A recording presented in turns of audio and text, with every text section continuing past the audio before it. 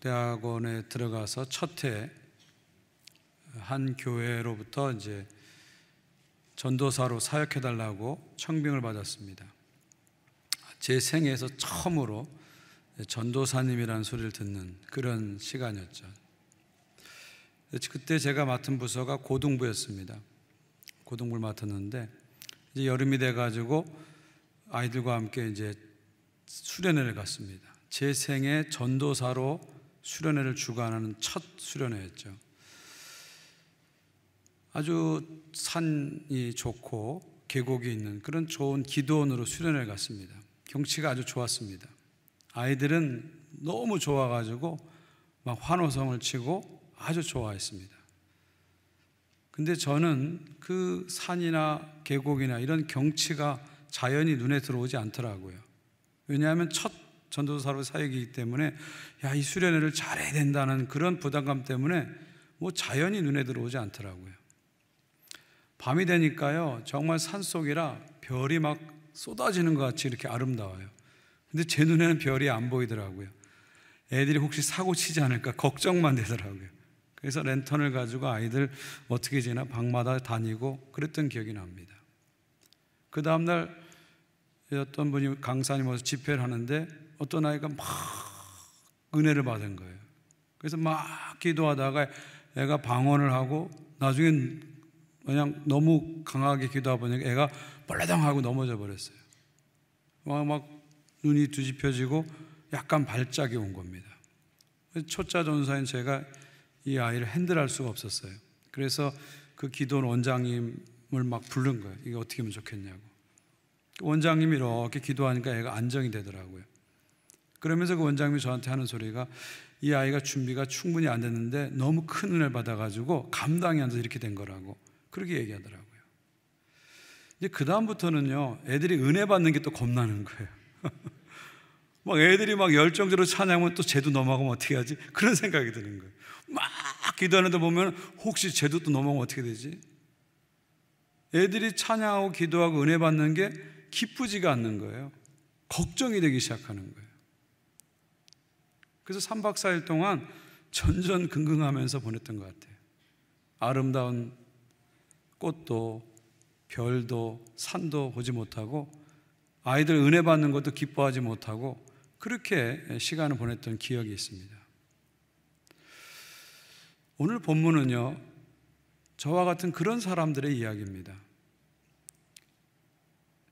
좋은 것이 있어도 기뻐하지 못하고 아름다운 것이 있어도 아름답다고 보지 못하고 기쁜 일이 생겼는데도 그걸 기뻐하지 못하는 그런 사람들에 관한 이야기입니다.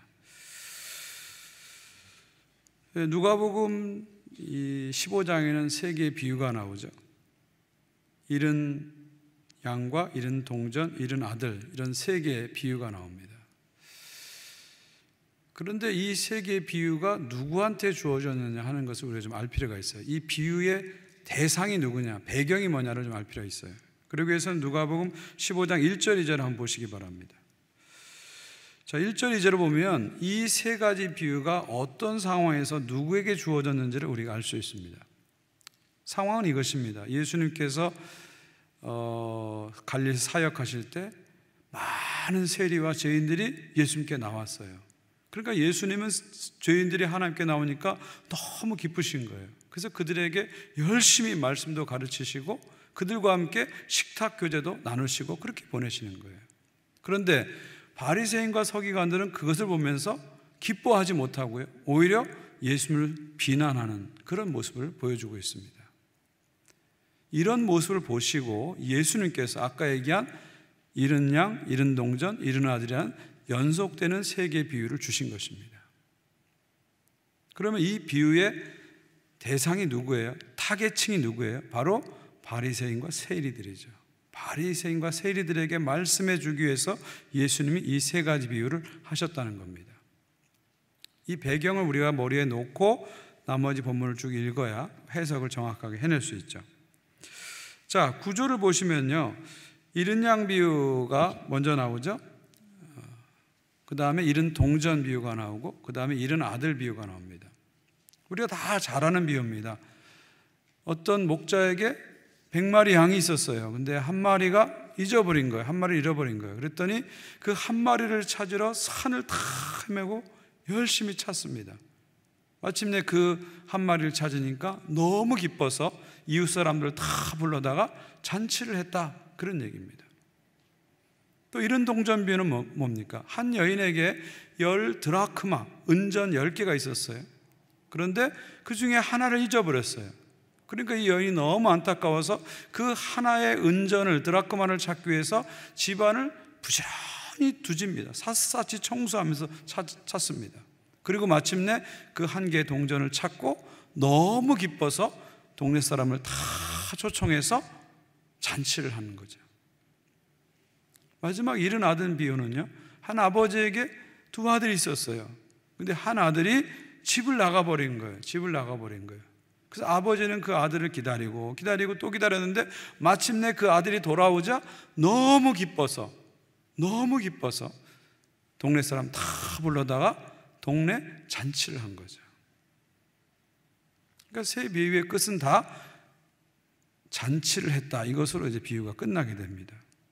그러면 이 세 개의 비유의 15장에 나오는 이 세 개의 비유의 주제는 뭔가? 주제는 바로 잃었다가 다시 찾은 기쁨이다, 이렇게 말씀드릴 수 있어요. 잃었다가 다시 찾은 기쁨.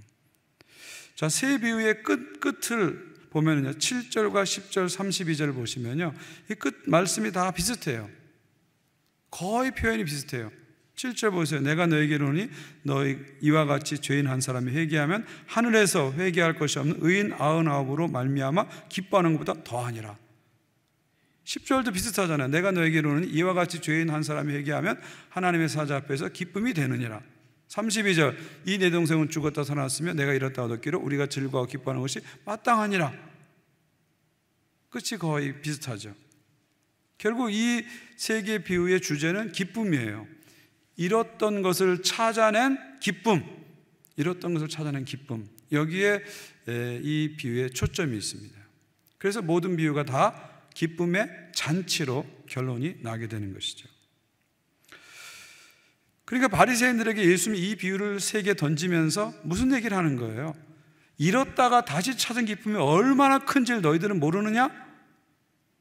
양 한 마리 찾고도 이렇게 기쁜데, 동전 하나 찾고도 이렇게 기쁜데, 하물며 세리와 죄인 같은 죄인들이 하나 앞에 나올 때 이게 얼마나 기쁜 일이냐. 이 기쁨의 잔치에 왜 너희들은 들어오지 않고 비판만 하고 관망만 하고 분석만 하고 있느냐. 이게 예수님의 메시지입니다. 이 세 비유를 통해서 던지는 예수님 메시지죠. 한 걸음 더 나가서 예수님은 이 세 비유를 통해서 누구를 보여주느냐? 하나님을 보여주시는 거죠. 하나님을 보여주시는 거죠. 결국 이 세 비유는 예수님이 들려주시는 하나님 이야기예요. 하나님이 누구신가를 보여주는 거죠. 하나님이 누구십니까? 99마리 양이 있어도 잃어버린 한 마리 양을 찾아가신 목자가 바로 하나님이시죠. 9개 동전이 있어도 잃어버린 하나의 동전을 부지런히 찾아다니시는 분이, 그 여인이 바로 우리 하나님이시죠. 아들이 집을 나가서 그 나간 아들을 기다리고 또 기다리고, 그 아들이 돌아오자 아무것도 묻지 않고 얼싸 안아주시는, 그리고 잔치를 베풀어 주시는 그 아들을 위해서, 그 아버지가 바로 우리 하나님이시죠. 그러니까 이 세 비유에 나오는 목자와 여인과 그리고 아버지는 누굴 말하는 거예요? 누굴 보여주는 거예요? 하나님을 보여주는 거예요. 하나님을 보여주시는 거예요. 이 세 사람을 통해서 예수님은, 하나님은 이 목자 같은 분이야, 이 여인 같은 분이야, 이 아버지 같은 분이야 하는 것을 우리에게 보여주시는 것이다. 예수님의 하나님 이야기다, 이렇게 우리가 볼 수가 있습니다. 저는 이 세 비유에서 나오는 목자, 잃은 양을 찾는 목자, 잃은 동전을 찾는 여인, 잃은 아들을 기다리는 아버지, 이 세 존재를 이렇게 놓고서 가만히 생각을 해봤어요. 이 세 사람의 공통점이 뭘까? 이렇게 생각을 해봤어요. 한참 그 생각을 하는데 갑자기 제 머리에 번개처럼 한 표현이 싹 지나갔어요. 그게 뭐냐면 배보다 배꼽이 더 크다. 이 말이 확 지나갔어요. 배보다 배꼽이 더 크다. 제가 옛날에 충주에서 목회할 때 우리 담임 목사님이 볼링을 하도 좋아해서 부교육자들이 다 볼링을 쳐야만 했어요. 저도 치다 보니까 재밌어서 볼링을 많이 쳤습니다. 그러다가 한 번은 청주 CBS에서 주최하는 볼링대에 나갔는데, 목회자 볼링대에 나갔는데 제가 3등을 했어요. 그랬더니 저희 교회에 있던 목사님들이 야, 너 3등 했으니까 한 통 내라는 거야, 한 통 내라는 거예요. 그래서 얼떨결에 분위기에 밀려서 중국집에 가가지고 짜장면도 먹고 탕수육, 팔보채 다 먹었어요. 나중에 계산해 보니까 10만 원이 넘더라고요. 근데 3등 상금이 얼마인지 아세요? 3만 원이었어요. 3만 원. 배보다 배꼽이 더 컸어요. 배보다 배꼽이 더 컸어요. 지금 본문에 나오는 목자와 여인과 아버지를 보면 배보다 배꼽이 훨씬 큰 사람들이에요. 그런 상황이에요. 지금 상황이 배보다 배꼽이 훨씬 큰 상황입니다. 아니, 양 한 마리 찾았다고 동네 잔치를 하는 게 얼마나 과합니까? 아니, 동전 하나 찾았다고 동네 사람 다 불러서 잔치하는 이 여자, 이게 배보다 배꼽이 더 큰 거죠. 너무 과한 거 아닙니까? 아니, 자기 재산을 다 탕진하고 허랑방탕하게 살던 아들이 돌아왔는데, 뭐 자랑스러운 아들도 아니고 금유한양한 아들도 아닌데, 그런 아들을 위해서 살찐 송아리 잡아서 동네 잔치하는 이 아버지, 이거 배보다 배꼽이 더 큰 상황 아닙니까? 정말 과해도 너무 과한 세 가지 상황이 다 그렇습니다. 그럼 예수님 왜 이렇게 과한 설정을 해서 이 비유를 만드셨을까요? 그 이유는 딱 한 가지죠. 하나님의 사랑이 이렇게 과하다는 거예요. 이렇게 과하다는 거예요. 하나님의 사랑은 인간의 논리와 계산을 뛰어넘는 이런 사랑이라는 거예요. 우리의 생각으로, 우리의 논리로, 우리의 계산으로 이건 너무 지나친 거예요. 이건 너무 과해요. 배보다 배꼽이 더 커요. 너무 커요. 근데 하나님은요, 그런 계산 안 하시는 분이라는 거예요. 그냥 한 사람이 돌아오면, 한 죄인이 돌아오면 그냥 다 줄 수 있는 분이고요, 그 하나 때문에 잔치를 다 열 수 있는 분이라는 거죠. 그런 사랑이 하나님 안에 있다는 것을 우리에게 보여주시는 겁니다. 그러니까 우리가 하나님의 사랑은요, 인간의 논리와 계산으로는 알 수가 없는 거죠. 알 수가 없는 거죠. 부모의 사랑을 자식이 끝까지 모르잖아요. 안다 그러지만 모르잖아요. 하물며 하나님의 사랑 우리가 어떻게 알 수 있겠습니까? 이 과분한 사랑, 이 넘치는 사랑을 우리의 논리와 이성으로 다 이해할 수가 없습니다. 다 이해할 수가 없습니다. 우리가 아는 것은요, 이 사랑 때문에 우리가 살았다는 거, 그거 하나 아는 거예요. 이 사랑을 다 알아서 우리가 구원받은 건 아니고요, 그냥 이 사랑 때문에 내가 살아났다, 이거 하나 우리는 알고 있는 거예요. 이 사랑 때문에 내가 구원받았다, 이거 하나만 알고 있으면 되는 거예요. 이 사랑이 오늘 나를 지금 여기 있게 했다, 이것만 안 잊어버리면 되는 거예요, 사실은. 그러나 우리는 끝까지 하나님 앞에 가는 그날까지 하나님의 사랑에 100분의 1, 아니 1000분의 1, 만분의 1, 10만분의 1, 100만분의 1, 1000만분의 1도 모른다는 거예요. 복음성가 가사처럼 정말 이 머리로 다 하려고 해도 다 알지 못하는 거죠. 이 입으로 다 표현하려고 해도 표현하지 못하는 거죠. 그 과분한 사랑, 그 과한 사랑이 우리 하나님의 사랑이다, 바로 이것입니다. 결국 예수님은 이 세 가지 이야기를 통해서 바로 하나님이 이런 분이야, 이렇게 놀라운 사랑의 하나님이야 하는 것을 우리들에게 알려주시는 거죠. 그리고 바리새인과 서기관들에게 이것을 알려주면서 너희들도 그 사랑 밖에서, 그 어두운 데서, 차가운 데서 더 이상 있지 말고 이제 사랑 안으로 들어와, 사랑 안에 들어와서 기쁨의 잔치를 같이 하자, 이 영원한 파티 속으로 들어와. 왜 파티 밖에서 들어올까 말까 망설이고 있니? 들어와서 함께, 하나님과 함께 이 사랑에 춤을 추자, 기쁨의 잔치를 벌이자, 지금 초청을 하고 있는 것이죠. 이것이 15장 전체가 주는 메시지입니다. 그리고 한 걸음 더 나가서 오늘 이 세 가지 비유는 우리들에게 예수님이 선포하신 하나님 나라가 어떤 나라인지를 보여주는 거예요. 예수님이 선포하신 하나님 나라는 99마리의 양도 중요하지만 한 마리 양을 소중히 여기는 그런 나라라는 거예요. 9개가 확실히 크고 많지만 그래도 한 개를 무시하지 않는 그런 나라가 하나님 나라라는 거예요. 정말 아무것도 아닌 사람, 별별 일 없고 정말 수준 낮은 사람이지만 그래도 하나 앞에 나오면 그를 환영하고 환대하고 그를 위해서 잔치를 벌일 수 있는 나라가 바로 하나님 나라인 것을 보여주시는 겁니다. 그래서 하나님 나라는 숫자의 논리로 움직이는 나라가 아니라 생명의 원리로 움직이는 나라는 걸 보여주는 거죠. 돈의 논리로 움직이는 나라가 아니라 사랑의 원리로 움직이는 나라는 걸 보여주는 거죠. 능률의 논리로 움직이는 나라가 아니라 국률의 원리로 움직이는 나라가 하나님 나라다. 이것을 우리에게 보여주는 거예요. 이 세 가지 비유를 통해서. 세상은 숫자의 논리로 99와 1 숫자의 논리, 9와 1 숫자의 논리로 움직이지만 하나님 나라는 그게 아니라는 거예요. 생명의 원리, 한 생명, 생명의 원리로 움직인다는 거예요. 세상은 돈의 논리로 움직이는 게 세상 아닙니까?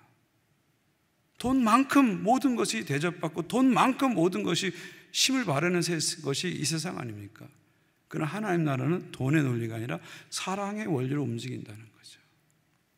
세상은 능률의 논리로 움직여요. 무엇이 더 능률적인가? 무엇이 더 효과적인가? 이것을 가지고 모든 것을 결정하잖아요.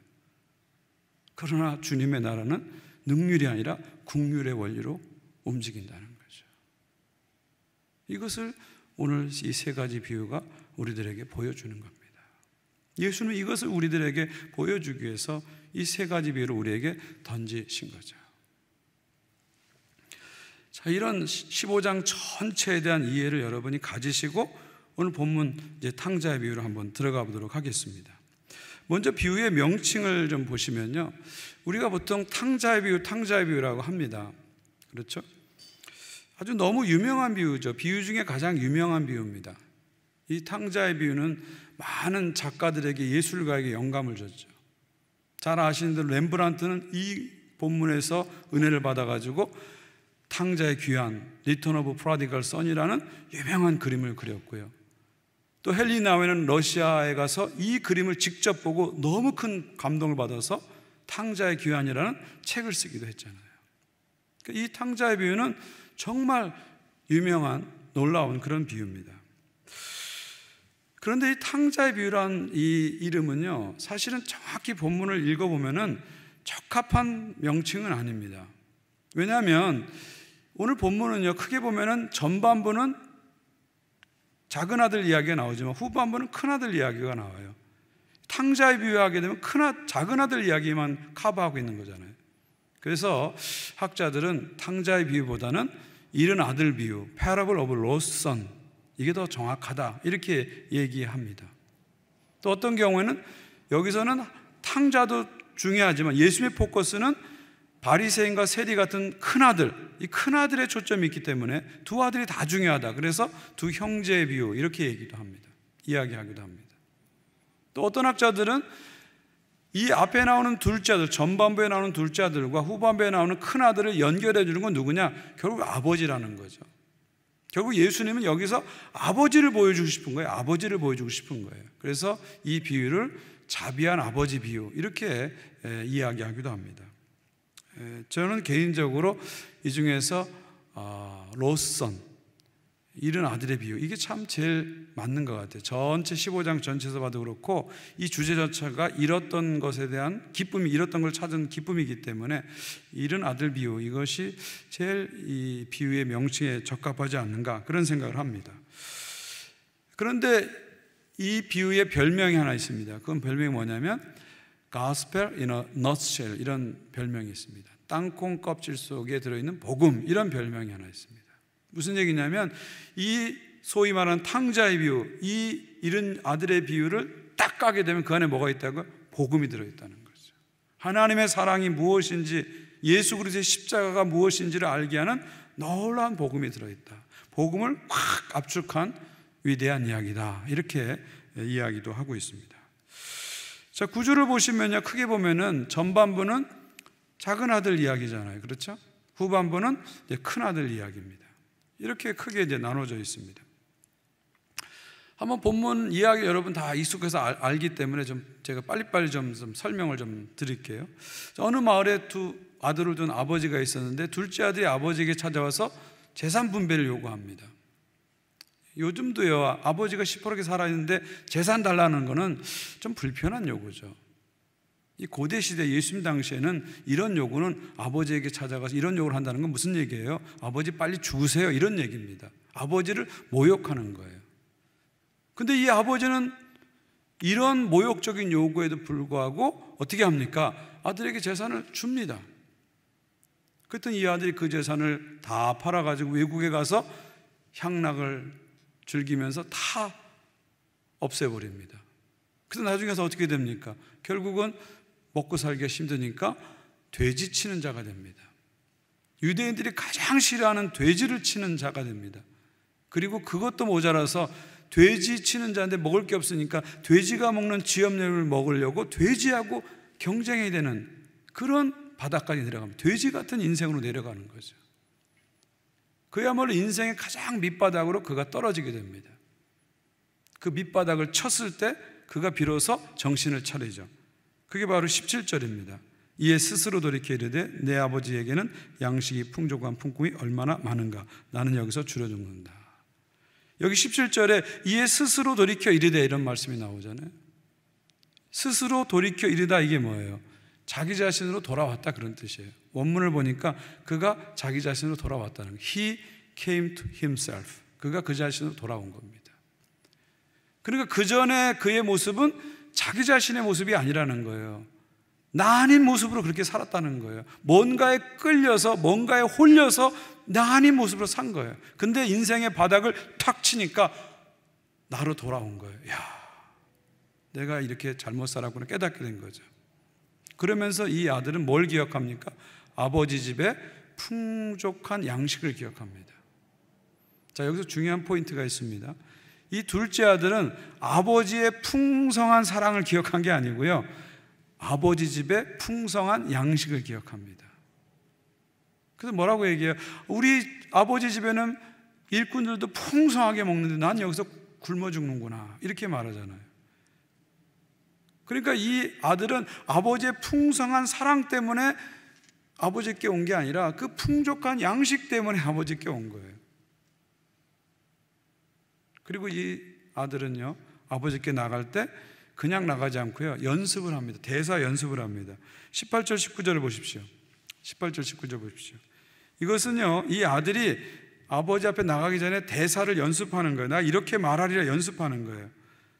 아버지, 내가 하늘과 아버지께 죄를 지었사오니 지금부터는 아버지의 아들이라 일컬음을 감당치 못하겠나이다. 나를 품꾼의 하나로 보소서. 이렇게 하리라고 대사 연습하는 거예요.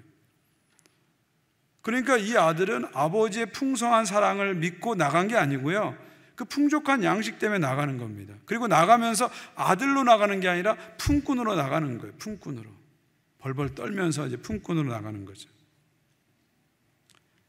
그런데 아버지에게는요, 그가 어떤 모습으로 돌아오냐가 큰 상관이 없어요. 그가 진짜 회개했느냐, 그것도 묻지 않습니다. 아버지에게 유일하게 관심 있는 건 딱 한 가지입니다. 그가 돌아왔다는 거죠. 아들이 돌아왔다는 거, 여기에 관심이 있습니다. 그래서 아들이 돌아오기를 늘 기다리는 아버지는 멀리서 아들을 보고 어떻게 합니까? 달려갑니다. 달려가서 허그하고 키스해 주죠. 그러자 이 아들이 이제 준비한 대사를 하려고 합니다. 여기 21절에 아버지, 내가 하늘과 아버지께 죄를 지었으니 지금부터는 아버지 아들 일컬음을 감당치 못하겠나이다. 무슨 대사가 빠졌어요? 나를 품꾼의 하나로 보소서. 이 대사를 못한 거예요. 왜 그랬을까요? 아버지가 탁 막으신 거죠. 괜찮아. 더 말 안 해도 돼. 됐어. 왔으면 된 거야. 더 필요 없어. 입을 딱 막으신 거죠. 그러면서 바로 아버지가 행동을 옮깁니다. 어떻게 하죠? 좋은 옷을 입힙니다. 신분을 회복시켜 주는 거죠. 가락지를 끼워줍니다. 장자, 아들의 그 권리를 다시 인정해 주는 거, 아들의 권리를 다시 인정해 주는 거죠. 그 다음에 신발을 신겨줍니다. 수치를 가려주시는 거죠. 그리고 어떻게 합니까? 살찐 송아지를 잡아가지고 동네 잔치를 벌이면서 이 아들을 다시 그 공동체로 들어올 수 있도록 회복을 시켜주는 것입니다. 이게 이제 전반부 둘째 아들의 이야기입니다. 작은 아들 이야기고요. 후반부는 큰 아들에 관한 이야기입니다. 자, 잔치가 벌어지는데 이게 무슨 잔치냐 종에게 물어보니까 당신의 동생이 돌아와서 아버지가 송아지 잡고 풍악을 울리면서 잔치합니다.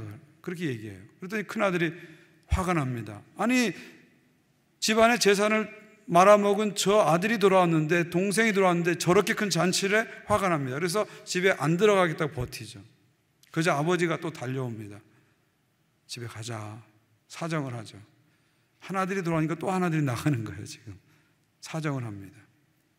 아무리 사정을 해도 이 아들은 집으로 들어가지 않습니다.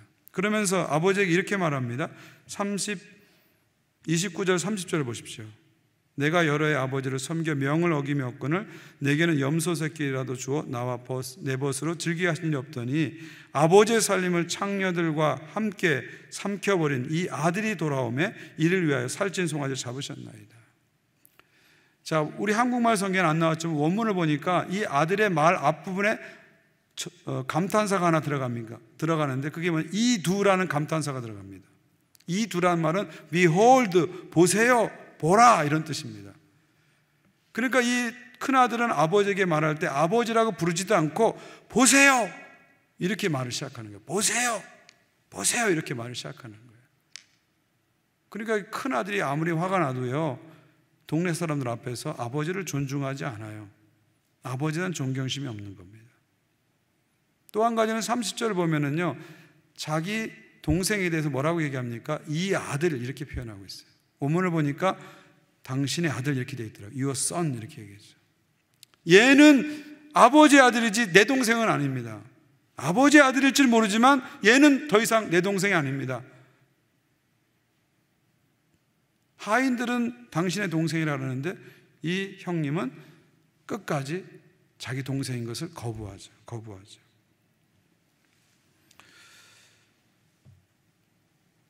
그런 큰아들을 향해서 아버지가 말씀하죠. 31절 32절 보십시오. 같이 한번 읽을까요? 마지막 31, 32 같이 읽겠습니다. 시작. 아버지가 이르되 예 너는 항상 나와 함께 있으니 내 것이다 내 것이로되 이 내 동생은 죽었다가 살아났으며 내가 잃었다가 얻었기로 우리가 즐거워하고 기뻐하는 것이 마땅하다 하니라. 여기 30절 자세히 보시면 예라는 단어가 있죠. 예라는 단어가 있죠. 헬라로 보니까 테크논이라고 돼요. 테크논. 이 말은 아버지가 자기 자식을 사랑스럽게 부르는 단어예요. 테크논이란 말은. 우리말로 하면 내 자식, 내 새끼 그런 뜻이에요. 큰아들은 아버지를 부를 때 아버지도 부르지 않고 보세요 이렇게 했는데 아버지는 그럼에도 불구하고 자기에게 대드는 큰아들을 향해서 예, 내 아들아 내 새끼야 이렇게 다정스럽게 불러주는 것을 볼 수가 있죠. 그래서 뭐라고 말합니까? 내 것이 다 내 것이다. 이거 다 네 거야. 네가 종이 아니라 주인이야. 너는 나의 장자야. 너는 내 아들이야. 아들됨을 다시 확인해 주죠. 그러면서 마지막 32절에서 뭐라고 말합니까? 이 내 동생은 your brother라고 얘기하죠. 그 바로 앞에서 큰아들은 아버지에게 your son, 당신 아들입니다 그랬는데 아버지는 아니야 내 아들이지만 동시에 your son, 네 동생이야. 네 동생이야. 네 동생이 돌아왔는데 기뻐하는 게 마땅하지 않냐? 이렇게 이야기합니다. 이렇게 이야기가 끝나버려요. 32절로 끝나버립니다. 그 다음에 큰아들이 다시 잔치에 들어가니 안 들어갔는지 이 비유는 보여주지 않아요. 결말을 보여주지 않아요. 또 둘째 아들이 가정에서 공동체에서 잘 적응하고 어떻게 살았는지도 보여주지 않습니다. 이렇게 해서 끝나버립니다. 열린 결말, 오픈 엔딩으로 끝이 납니다. 왜 이렇게 끝났을까요? 이것은 예수님께서 이렇게 열어놓으심으로 말미암아 우리를 초대하시는 겁니다. 이제는 너희들이 이 이야기 속으로 들어와서 이 이야기의 하나가 되라는 거예요. 그리고 너희들이 결말을 만들어 가라는 거예요. 결론을 만들어 가라는 거예요.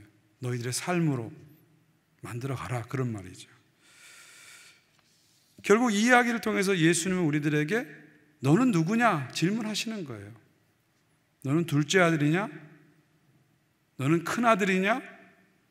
너는 아버지냐? 우리에게 질문하시는 거죠. 너는 아버지를 떠난, 그래서 방황하고 방향을 잃어버린 작은 아들이냐? 너는 내게로 돌아왔지만 끊임없이 비교하고 경쟁하고 정죄하는 큰 아들이냐? 너는 모든 사람을 용납하고 품는 아버지냐? 넌 누구냐? 이런 열린 질문을 우리들에게 예수님이 던지시는 겁니다. 한번 여러분 이 밤에 생각해 보십시오. 나는 어떤 모습으로 지금 이 공동체에 있는가? 나는 작은 아들인가? 나는 큰 아들인가? 아니면 나는 이 공동체의 아버지로 있는가? 어머니로 있는가? 한번 생각해 보십시오. 헨리 나우엔은 이런 얘기를 합니다. 크리스찬의 삶은요, 작은 아들에서 큰 아들로, 큰 아들에서 아버지로 가는 이 여정이 크리스찬의 삶이다, 그렇게 얘기해요.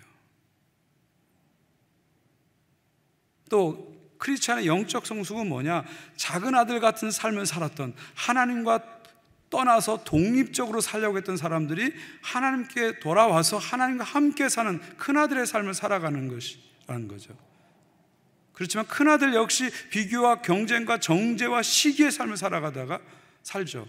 그런 삶을 살던 큰아들이 이제 그걸 다 내려놓고 비교와 경쟁과 정죄를 내려놓고 모든 사람을 품고 사랑하고 섬기는 아버지가 되어가는 과정, 이것이 바로 크리스찬의 삶이고 영적 성숙이다, 이렇게 얘기합니다. 이렇게 본다면 우리가 또 한번 질문 던질 수 있죠. 나는 지금 어느 단계에 있는가? 나는 작은 아들에 아직도 머물러 있는가? 나는 혹시 큰 아들이 돼가지고 공동체 안에서 비교하고 정죄하고 경쟁하면서 열심히 일을 하는데, 열심히 뛰어다니는데 큰 아들 같은 라이프 스타일로 살고 있지는 않은가? 아니면 나는 정말 공동체에서 수용하고 용납하고 사랑하고 섬기는, 품어주는 아버지로 살고 있는가? 나는 어떤 모습인가? 우리는 질문을 던질 수 있는 것입니다. 또 이 이야기를 교회에 적용할 수도 있습니다. 초대교회는 이 이야기를 읽으면서 어떤 생각을 하셨을까요? 지금 초대교회 안에 이방인 크리스찬들이 물밀듯이 밀려오고 있습니다. 헬라인들이, 이방인들이 예수 믿고 구원받고 기뻐서 막 들어옵니다. 그런데 유대인 크리스찬들은 그게 기쁘지 않은 거예요. 아니, 이방인들이 우리 공동체에 들어와, 이방인들이 구원을 받다니 하면서 비난하고 또 못마땅해하고 있는 거죠. 그러면서 유대인 크리스찬들은 저것을 읽으면서 내가 큰아들 같구나 깨달을 수도 있는 거죠. 그러면서 초대교인들은 깨달을 겁니다. 아버지가 원하는 것은, 하나님 원하시는 것은 작은 아들, 큰아들이 함께 잘 사는 거예요. 시기하고 경쟁하고 비교하고 정죄하는 것이 아니라 작은 아들, 큰아들이 함께 잘 사는 거예요. 우리 교회가 그렇게 가야 돼. 이렇게 우리가 아마 초대교인들은 적용을 했을 겁니다. 우리 교회로 이 이야기를 끌어온다면 우리는 질문해 봐야 됩니다. 우리 교회 안에서는 작은 아들과 큰 아들이 잘 살고 있는가? 뉴커머들과 올드타이머들이 잘 살고 있는가?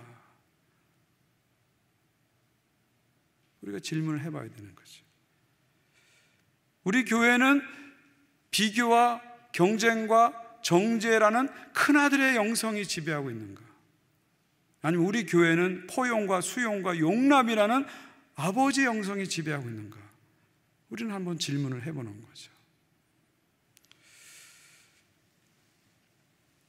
한번 이 밤에 우리가 질문을 던져보고 그 답을 찾아봤으면 좋겠습니다. 이제 설교를 마치면서 저는 마지막 한 가지 질문을 던지려고 합니다. 자, 그렇다면 우리가 어떻게 아버지의 길로 갈 수 있느냐 하는 거예요. 작은 아들과 큰 아들을 넘어서서 어떻게 아버지의 길로 갈 수 있는가?